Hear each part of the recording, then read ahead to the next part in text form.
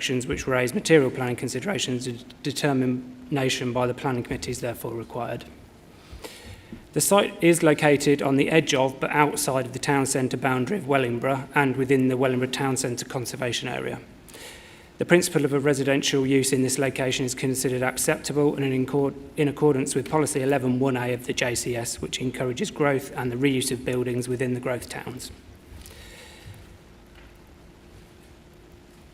That's the site location plan there, showing the site on the corner of Heriot's Lane and Great Park Street. My slides aren't moving on. There we go. The existing floor plans here show that we've got a 4-bedroom house already, with 4 bedrooms upstairs, a living room, kitchen, WC downstairs, and the retail unit, which is linked to the house. This application requires planning permission because of the change of the use of the retail unit to become residential accommodation. It could become an HMO without planning permission if the retail unit wasn't involved.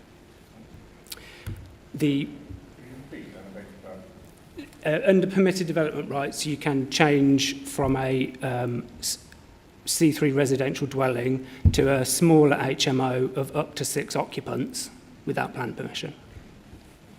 This is for 6 occupants.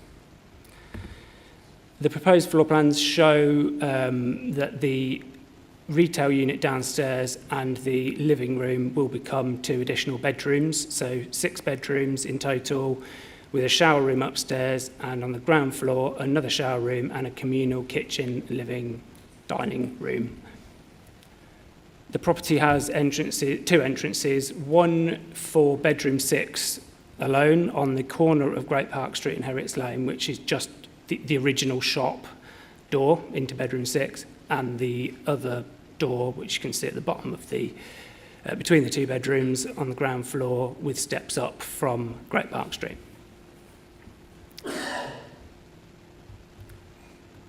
The elevations shown here, these are the existing elevations. Some concerns have been were raised on the scheme that the loss of the shutters and some of the heritage impacts of the retail unit, including the clock and the date stone above the door of the retail unit, might be lost. However, they're shown on the proposed elevations as shown here and will be retained. The Built Heritage Officer did raise some concerns about changes to the windows, and that's why this has been, the elevations have been changed, and the shop unit particularly, and the windows for the shop unit will remain the same now, other than the addition of obscure glazing on the bottom half of the 2 main shop windows on Great Park Street and Heriot's Lane, for privacy for the occupants of that room. This photo shows the former retail unit on the corner, which has been closed for a couple of years now, with the view down Great Park Street there, and looking up Heriot's Lane to the left there. This is just an aerial photo of the site with the building central. The main concerns raised by consultees and interested parties are parking. The applicant has submitted a parking beat survey which does indicate sufficient on-street parking is available within the vicinity. Noise. Due to the site's location on a junction and close to town centre uses, the Environmental Protection Officer has recommended a condition for a scheme to ensure future occupiers are provided with satisfactory living environment which meets British standards in terms of noise. A further condition limiting the construction hours from 8 a.m. to 6 p.m. Monday to Friday and 8 a.m. and 1 p.m. on Saturdays is also included in the recommendation. Crime and antisocial behaviour. The application proposes CCTV to external accesses and an alarm system, and a condition is recommended that full details of the crime and security measures are submitted to and approved in writing by the local planning authority and are implemented prior to the first occupation of the development. This has been raised by neighbours and by Northamptonshire Police in these conditions are recommended, a condition is recommended that the full details are provided because only limited details have been provided within the application. CCTV cameras on the external accesses and CCTV for the rear yard. This is to help alleviate neighbour disputes and disputes between the proposed occupiers of the development. Storage of waste, you'll see from the photograph that the occupants of Great Park Street are provided with wheelie bins for collection by NNC. You'll also note that there are steps up to the front of the property, so the wheelie bins can't be stored internally or within the rear yard because there's no access. So the only option for the occupants is to provide wheelie bins on street, but that has been raised as an issue. Overall, then, the principle of development is considered acceptable, and subject to the conditions listed in the report, the application is recommended for approval. Thank you, Chair. Thank you, Chris. There's no registered speakers on this, so would any of the committee like to ask the officer questions for clarity? Darren? First time. So regarding the refuge, would this be like an 11-litre bin that will be stored outside, or? Pardon, sorry, I didn't hear the question. 1,100-litre refuge bin? No, they're just ordinary domestic wheelie bins. Yeah. How many? The plan's just showing 4. 4, okay. And would that be enclosed in a unit? No, just on the street, as per the plan. Right, thank you. Yeah. Paul? When you say 4, is that 4 in total for all of them, all 6, or is that 4 in total 4 for the each? unit. 4 in total for the whole unit, yeah. 4 in total for the whole unit, yeah. Okay. And the other thing I was going to speak to you about was parking. So I particularly know this road quite well, and I can tell you parking in it is an absolute premium. How many parking spaces are they going to have? Because I know how many the rest of the road have got. There is no off-road parking provided Nothing. by the development, nothing at all. So it's going to be pistols at dawn for the parking spaces. Well, the applicant has submitted a parking beat survey, and it was raised as an issue by the local highway authority. As I've set out in the report, there is sufficient space available on street to serve the development, and that objection has now been removed by the local highway authority. The site is in a very sustainable location, metres from bus stops, the main bus stops in Church Street in Wellingborough Town Centre, and close to car parks. I'm all too aware of how far it is from the town In addition, centre. there are 6 cycle spaces provided within the rear yard. Okay, thank you. Thank you, Paul. James? Yeah, just a couple of questions, please. On the plan, what sanitary or bathroom facilities are provided for the occupants? Is it just a common one? I didn't spot it when I was looking at the plan briefly. And also the communal area, does that meet space standards? Yeah, there are 2 shower rooms provided, one upstairs and one downstairs. And the communal areas, I've got a notice to grant a licence under the HMO Licensing Act from the council already, so they've already assessed the site, the bedroom sizes and the communal facilities, and confirmed that it meets the HMO amenity standards. Thank you. And just on the, you mentioned about noise issues, especially with downstairs bedrooms, particularly on that corner. I imagine it can be quite a reasonably busy street. Is there also a ventilation strategy that I need to adhere to as part of that? And also it's south-facing with two perpendicular windows. So might be some overheating problems. Are they going to address that? So for bedroom 6, which is the former retail unit, there is a condition on the application for details of the ventilation for that particular room. Because of the lack of changes proposed to the external elevations and the windows, we wanted to make sure, the Environmental Protection Officer wanted to make sure that there was still adequate ventilation to that room, but it also still met the noise standards that they would require. Okay, so that's a condition, is it? It is a condition, yeah. All right, thank you. Dennis? Yeah, I know you've already spoke about the parking situation, but if you look on Google Maps, you'll see that the roads are mostly yellow lined, and if there was to be an extra 6 cars there, they would be competing with people who already live there, and it may cause a bit of friction between the people who are permanently there at the moment, suddenly coming home and find there's 6 cars in the spots that they were using. Councillor, this section is for questions. Is there a question you'd like to ask the officer? Well, that was the question. David? This is a question, I fear.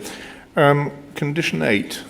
The dwelling hereby approved shall incorporate measures to limit water use to no more than 105 litres per person per day and external water use of no more than 5 litres per day.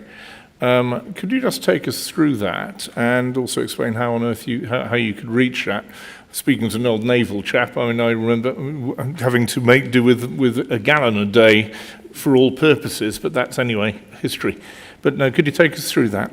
Yeah, sure. It's a requirement of Policy 9 in the JCS for sustainability. All residential dwellings are required to have that limit. It is also covered by approved document G of the building regulations as well. Yeah, so I see, but it's just a question of, I mean, I appreciate that it's a target, but it's not, I mean, it can't be a limit because you don't, you know, your taps don't suddenly stop, do they? No. Right, okay, thank you.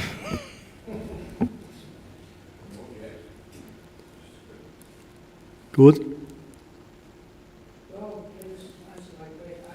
Okay. Paul?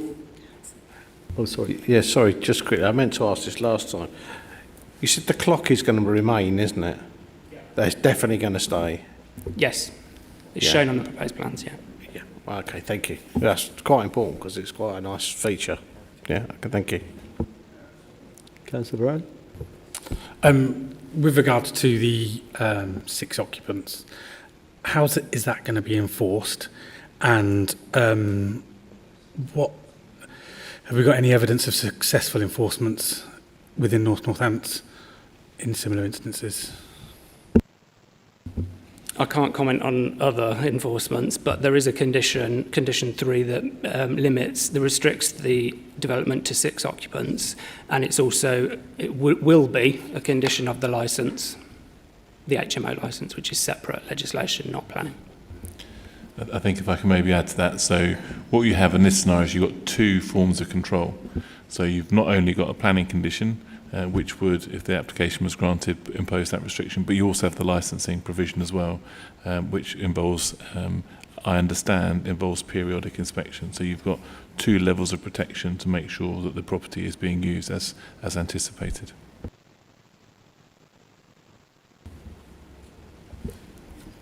Any more questions? Oh, sorry, Councillor Brown. Do we know how successful we've been in enforcing such restrictions across HMOs in North Northampton? Because I suspect we've not been, because I suspect there's many instances whereby HMOs are somewhat overcrowded. So I cannot point you towards any successful prosecutions for non-compliance with enforcement notices. What I would highlight is that there's a process that we go through. So were it to come to our attention that there had been a breach of planning control, as per our adopted policy, the first thing we would seek to do is to address any harm arising from that breach. So were a breach to come to our attention, we'd look to engage with the people to see whether that could be resolved.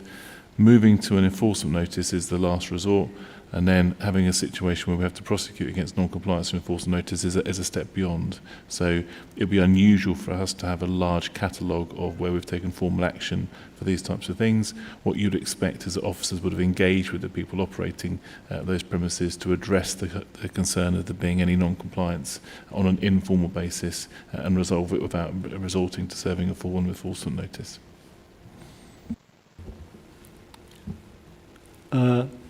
James? Thank you, Chair. Yes, I Understood this was a retail unit, a vacant retail unit, but it's also, it has previously, or is it being currently used as a house? Yes.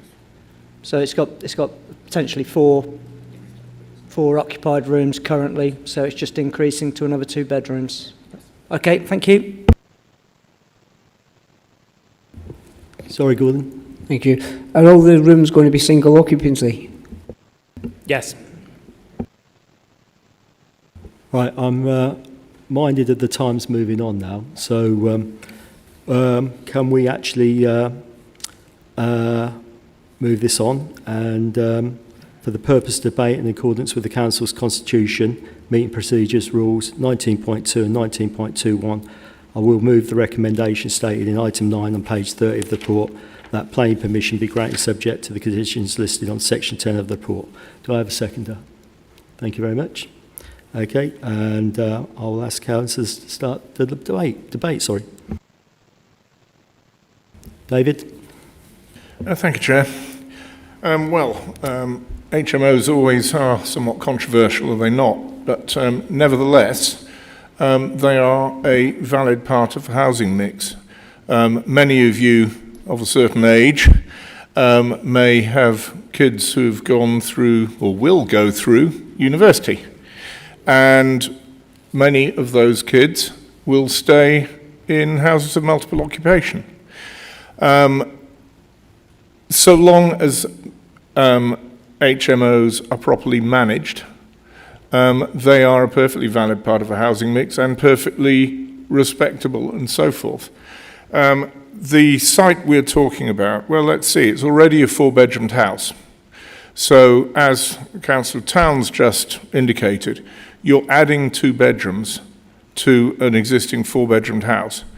And I well appreciate that on-street parking can be difficult, and you know it's a factor. I think colleagues will remember that we were looking at an application last time where there were only 3 visitors' spaces for a 50-unit proposed application. So parking is always going to be a vexed issue, but of course this location is fairly close to the town centre, and there are alternatives to using your private vehicle. Having said that, there is some on-street parking, and of course that's up to the individual to try to find adequate accommodation. I note and I was rather concerned about the bin storage, or not the lack of bin storage, should I say. And I note that in a 6-bedroomed house, you've got 2 bins for each. So 2 ordinary wheelie bins, one for ordinary waste and one for recycling, and presumably 2 food caddies as well, all of which are on the street. That is something that the applicant perhaps should take under advisement and try to, see what solutions they can be, because I could see that getting, no pun intended, Chairman, I could see that getting somewhat messy quite easily. It is something I think the applicant should be gently reminded about, to try to make sure that it is properly managed. As I say, nothing wrong with HMOs if they are properly managed, but the onus is on the manager to do so. I note and welcome there's good CCTV coverage. I also take the point about the possibility of it being permitted development, or part of it being permitted development, and although it's regrettable that it's the loss of a retail unit, it seems fairly clear that that retail unit has not been in use for some time, and there's not likely to be a demand for that retail unit. So on balance, with the conditions indicated, I would support the application. Thank you, David. Any more people would like to speak?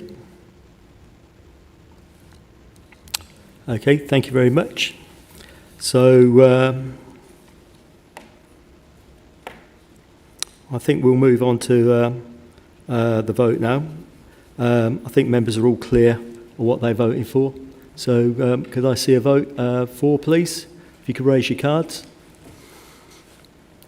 And I would say that was unanimous. Yep, thank you very much.